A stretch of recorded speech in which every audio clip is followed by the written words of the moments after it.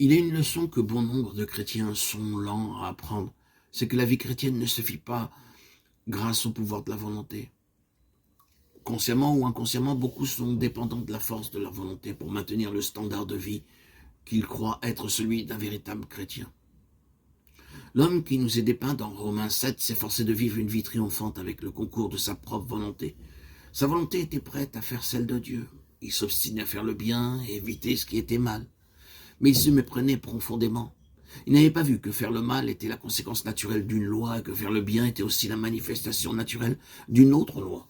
Tout effort humain pour plaire à Dieu est donc vain et illusoire. Beaucoup de chrétiens, à l'instar de l'homme de Romains 7, essaient de plaire à Dieu. Et tout comme lui, ils sont étonnés, malgré leur constant désir de lui plaire, de faire des choses qui cependant lui déplaisent. Ils peuvent dire, tout comme il l'a fait, je ne fais pas le bien que je veux, mais je pratique le mal que je ne veux pas. Oh, s'ils pouvaient seulement réaliser que ce n'est pas dans la volonté que réside la puissance de la vie chrétienne. Frères et sœurs, peut-être que certains parmi nous ne savent pas qu'ils essaient de vivre la vie chrétienne en puisant dans leurs propres ressources. Laissez-moi vous poser une question. Lorsque vous rencontrez une difficulté, n'essayez-vous pas de la surmonter? Ne vous ressaisissez-vous pas dans la crainte de perdre pied, ce qui serait peu honorable pour un enfant de Dieu? N'êtes-vous pas toujours sur vos gardes, prenant soin de ne pas déchoir du standard chrétien? Oh, ne vous méprenez pas à l'égard de ce que je veux dire. Je n'encourage pas à l'insouciance. Une stricte discipline est nécessaire dans la vie chrétienne. Mais cet effort constant pour demeurer un bon chrétien est un travail exténuant. C'est comme si l'on essaye de faire couler un fleuve vers le sommet d'une montagne. Cela ne marcherait pas. Le problème, c'est que nous essayons de faire certaines choses pour être une certaine sorte de personne. Nous avons inversé l'ordre. Un chrétien doit agir comme un chrétien parce qu'il est un chrétien. Une vie juste et droite produira donc spontanément une conduite juste et droite.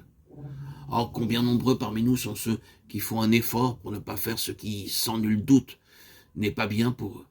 Il nous faut sans cesse exercer notre volonté pour que nos yeux ne se tournent pas vers ce qui est mauvais de regarder. Combien devons-nous retenir de laisser s'échapper des paroles que nous savons être répréhensibles, de nous contrôler pour ne pas aller sur des chemins défendus?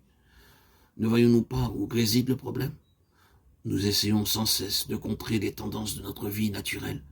Il n'est pas étonnant que le courant soit trop fort pour nous.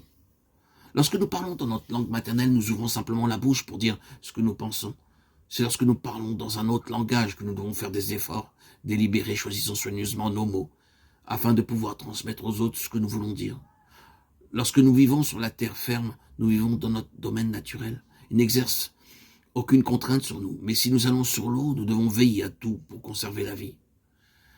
Si quelqu'un doit dépendre de sa volonté pour vivre selon le standard chrétien, il y a deux explications possibles à ce problème. Soit que celui-ci n'ait jamais fait l'expérience de la nouvelle naissance et donc qu'il ne possède pas la vie divine, ou bien qu'étant né de nouveau ayant cette vie divine, il ne croit pas en cette nouvelle vie qu'il possède.